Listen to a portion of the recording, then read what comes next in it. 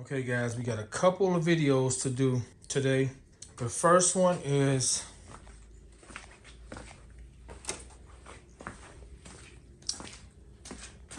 this guy. See what it says?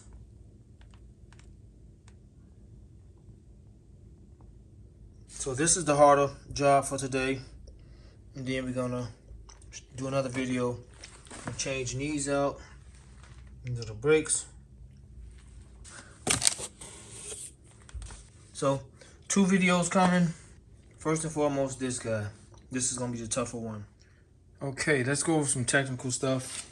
I was gonna change it like the book says. That was my goal, to do it, just to have a basic tutorial on my channel. But we're gonna try to finesse it a little bit because this is requiring dropping the rack and pinion. I don't want to mess with that, but if I have to, no problem. But look at both. This book is specifically dedicated to Mustang II. These are dedicated to everything within those years. And the removal is pretty much the same. Disconnect the negative battery. Okay, raise the carb. Remove the 4 crossmember bolts. V6, V8 models. Remove the flex coupling clamp screw to the rack and pinion or the steering gear. Remove the 3 bolts. They want you to drop the rack and pinion down so the starter can pull out. And I'll show you guys what they're talking about. So you look at this book. Pretty much the same basic, just a little bit more details. It's showing you 1974 and later, what to do. And then it goes over to where it starts at the 1974 and 1973 on around to 74. Then it tells you 1974 and later. Pretty much the exact same instructions as this book. And we go over to this one.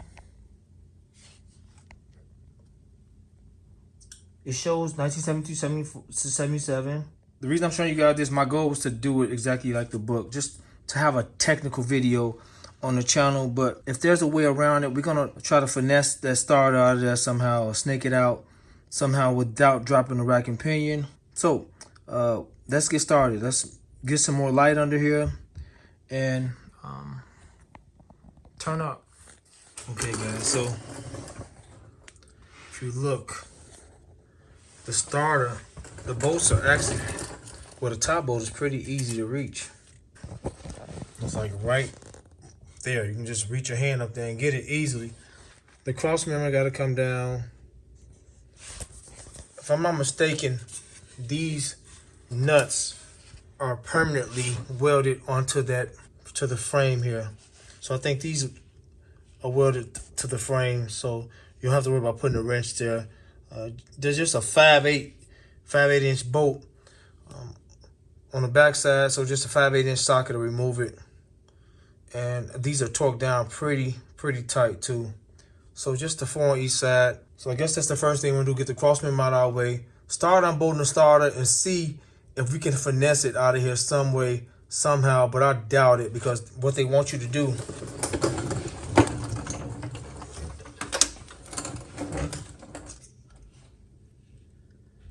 is to remove the rack and pinion and that column from the steering, that coupler from the steering column, and drop it down.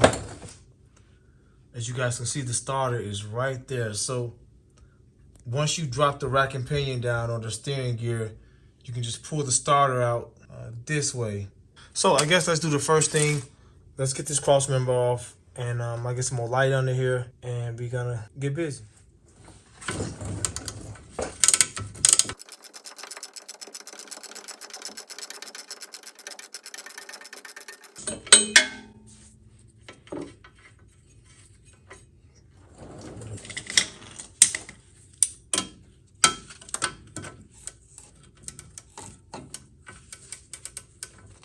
Okay guys, you have to use, so I got big drive 5/8 with a round with a circular head on this ratchet. However, it won't allow me no space to work in here. So I have to get this swivel ratchet. This is a snap-on swivel ratchet.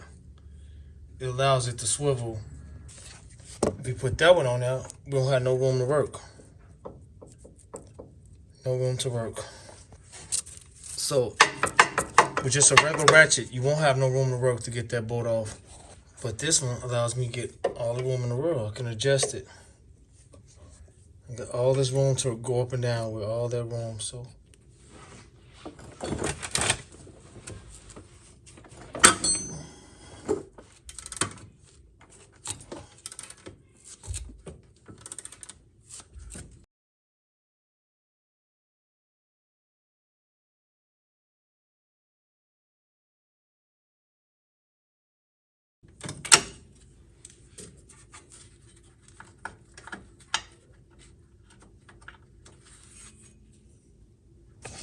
all right, let's go to the other side.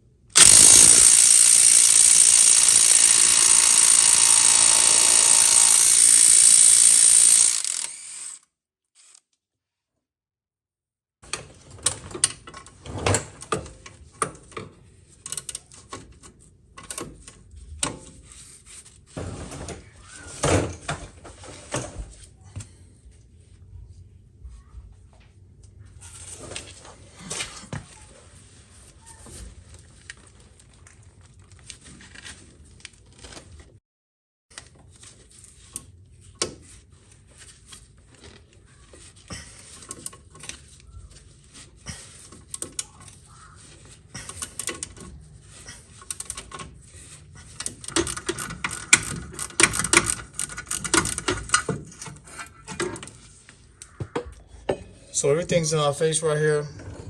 Even there's the cable for the battery. Right now face, that's 9/16. So I'll show you guys what's the best wrenches we'll be using for these. Pretty much can't get a socket on here. Just using the swivel.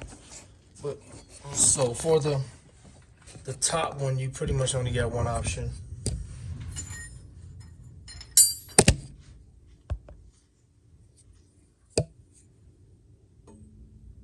12-point, half an inch for the top.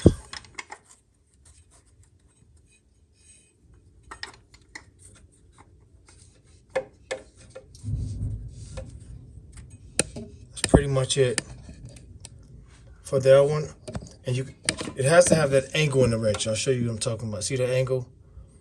That's one way to get up on there. And for this one, you can use, for the bottom one, you can use this, or you can use one of these.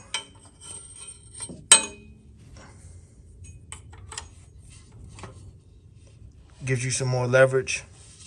Take off that bolt.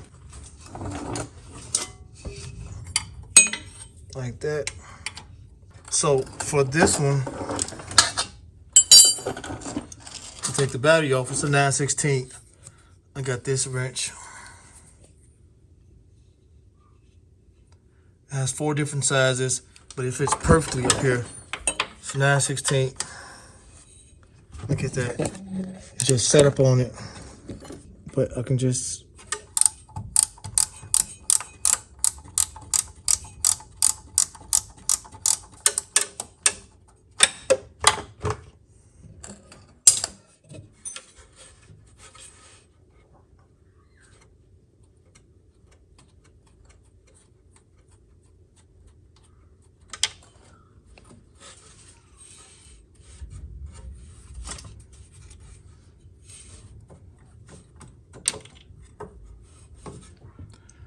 so that's off. And now let's take the other ones off. We're gonna take the motor mount bolt off and jack the motor up some and see if we can get just a little room here to finesse this start out of here. So let me remove these bolts really quick. I showed you guys what you need to do it with, and super simple.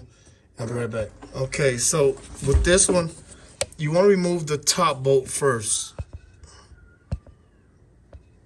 You want to remove the top bolt first.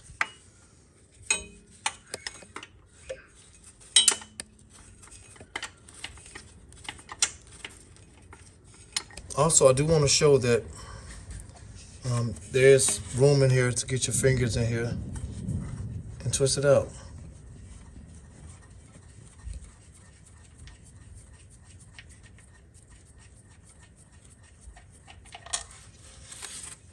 You got room to reinstall it. So let's get the bottom one out and I'll be right back. Okay, both bolts are out. The start is completely detached from the vehicle. So now let's remove the motor mount bolt. And I'm gonna jack it up and see if I can snake this thing out of here somehow. We're gonna see. So I got one on the front. I got a 9/16 wrench on the back. So there's 9/16 wrench on the back and socket on the front. Okay, for the record too, guys, I got it from the bottom. It's much easier to get the motor mount bolt from the bottom. Much easier. Just put the wrench right through here. Put the wrench right here. And the ratchet right there. It's right in your face. Alright, we're jacked up. Went up about 2 inches, 3 inches maybe. Now we gotta see if we can get lucky to come out of the backside there somewhat, because we're definitely not coming out of this side. Guys, I didn't have to show this because I ultimately did it the textbook way, which was my goal in the first place. But I want to show that I did remove the motor mount bolt and jack the engine up to see if I could wiggle that starter out or get that starter out of there somewhere. I could have probably removed that whole mount on the passenger side and removed the starter, but that wasn't the goal. The goal was to do it the textbook way for this particular video, just to have a technical video on the channel with the starter removal. So instead of cutting corners, I ultimately did it the textbook way, and you guys will see that in a second. But yeah, I just want to note that I didn't have to add this clip in there. Although we went up some, I don't know if we're gonna have enough room. Okay guys, that didn't work. Yeah, no way around it. So we're gonna go by the book. Okay guys, the very next thing we're gonna do is remove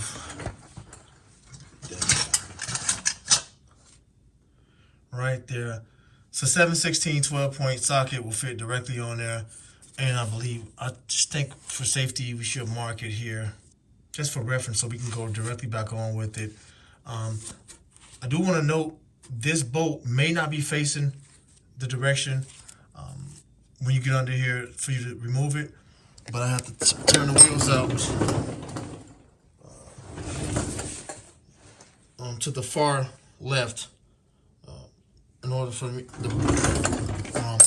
bolt to be where it is right now. So you may have to just turn the steering wheel until the bolt is directly facing you so you can remove it. I'll be using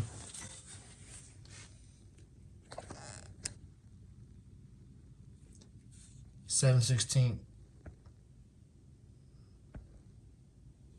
12-point. Fits right on there. A little extension.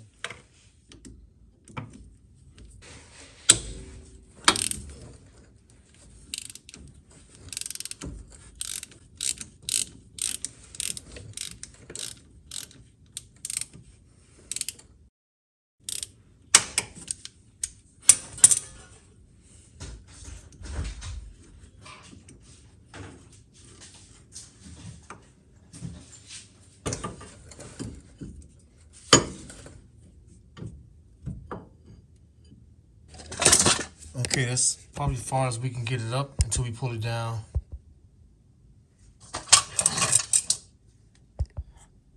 So let's go to the front side. Got a 15/16 wrench. I'll show you how the wrench is made. Has an arch in it, both ways. 15/16. You got a socket on this side, 15/16. Okay, so now let's remove the rack and pinion bolts. This one and that one. Pre-lubed them already with some penetrant.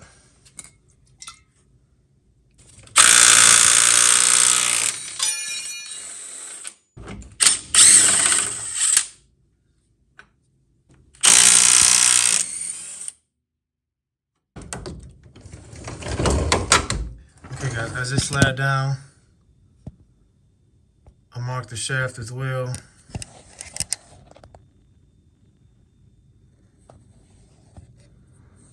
So let's try to get it pulled out.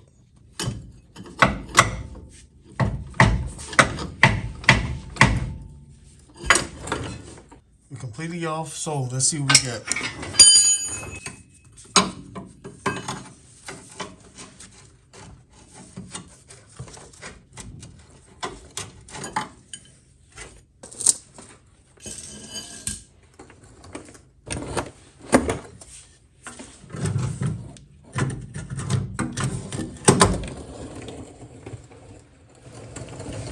All right, there it is. By the book. Textbook starter removal for the Mustang II, I think the Pinto Bobcat. So yeah, let's get the new one and install it and reverse the process. I may don't film most of the reverse process. It's super straightforward, but I will kind of skim through it so you guys can see it. The hard part is done. The hard part of the job is done. Just going right back up the way you removed it. And we'll just kind of go through it because I'm running low on memory and I got a ton of footage for like multiple videos that I got to upload on the channel. So here's this starter was like new. This starter was like brand new, guys. And they messed my engine up and I burnt this starter out. I'm probably going to rebuild it. I'm going to rebuild this starter so I can just have it on standby. So there's the nut and the washer. Just making sure they're the same starter, and they are. Just gotta remove these labels. I may just leave this on here. We got new hardware on it. Yeah, so we just gonna mount up. So let me go back up, guys, and yeah, I'll save some footage. Straightforward. I've done the hard part. We'll go back up in reverse, and I'll get back with you guys throughout the process if I do run upon anything. But make sure you mark the steering coupling coming from off that shaft so you won't have any issues going back up with your steering being off a hair even. So mark that. That's the only thing I can say about going back up. Just mark that spot, and we'll be back. We'll do the showing us installing the solenoid. We'll do that next after we go back up with the start and put everything back in place.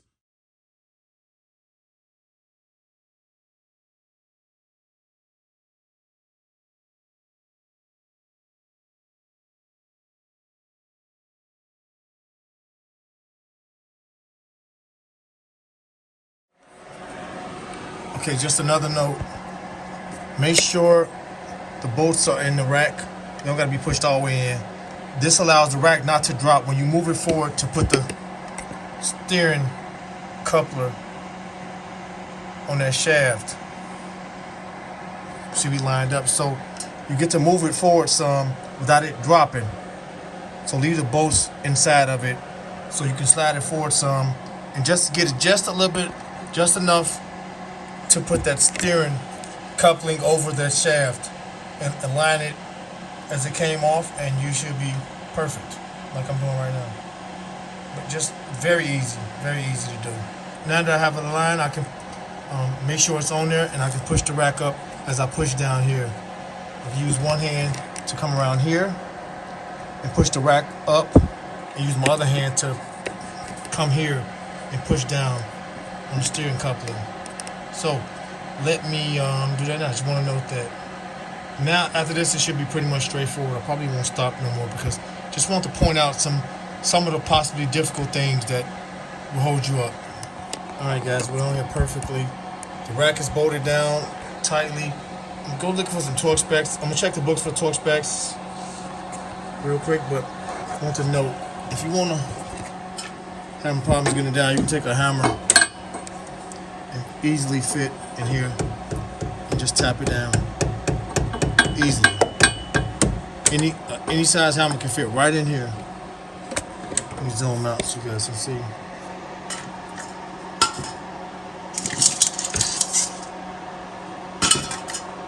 It's got this regular hammer, mallet, Just come up through here and tap the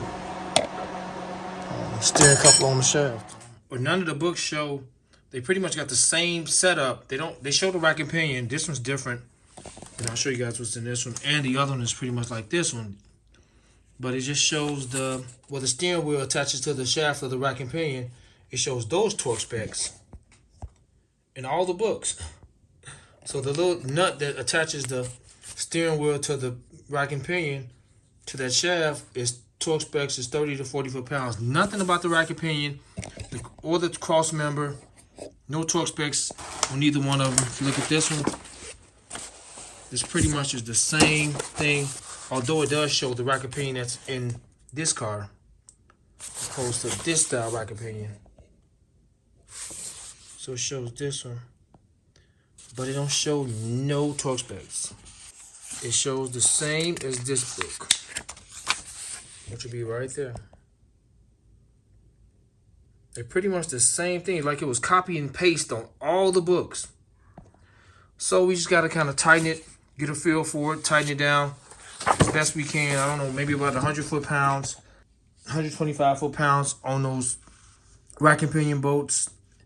And the crossmember bolts, they were pretty tight. They were very, very tight. I don't know if it's because of rust, but they were very tight. So I'm going to go about, I'll probably go 75 foot-pounds on those cross-member bolts. So let me finish up. I just want to show you guys. All right. That one at the bottom.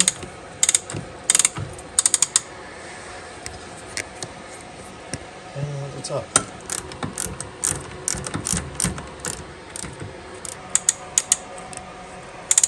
We're done. Now let's install the solenoid and wrap this video up. Okay, let's quickly install the solenoid. The first thing we're going to do is remove these. These are 9/16.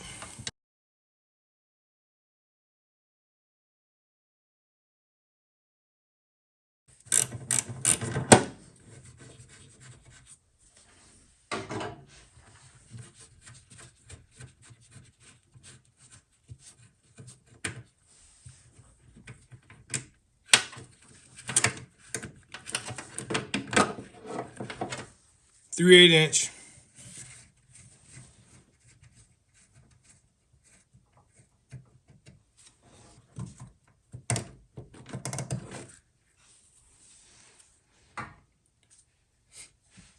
Three 8-inch.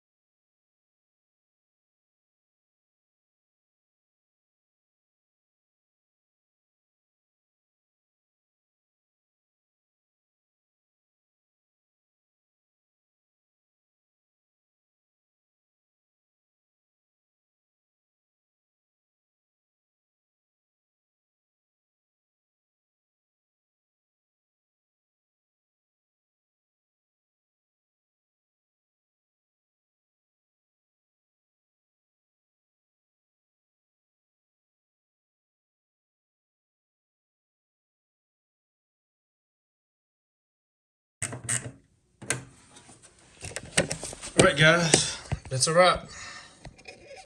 Yeah, we're not starting the vehicle up, so everything's a work in progress, guys. So yeah, we're moving along. The next thing will be these rotors. The next video, the very next video, and then we're gonna be moving on to some of the minor stuff. I gotta do a couple rust repairs on the back, and then we're gonna roll this thing out of here and pull the white one in here. So this is next. All right, guys, it's a wrap. Starter done, everything's done. Solenoid If you guys found this video helpful, subscribe to the channel. If you like the content I'm posting, subscribe to the channel. Hit the notification bell so you guys be notified when I do upload new content. Terrence, and I'm out.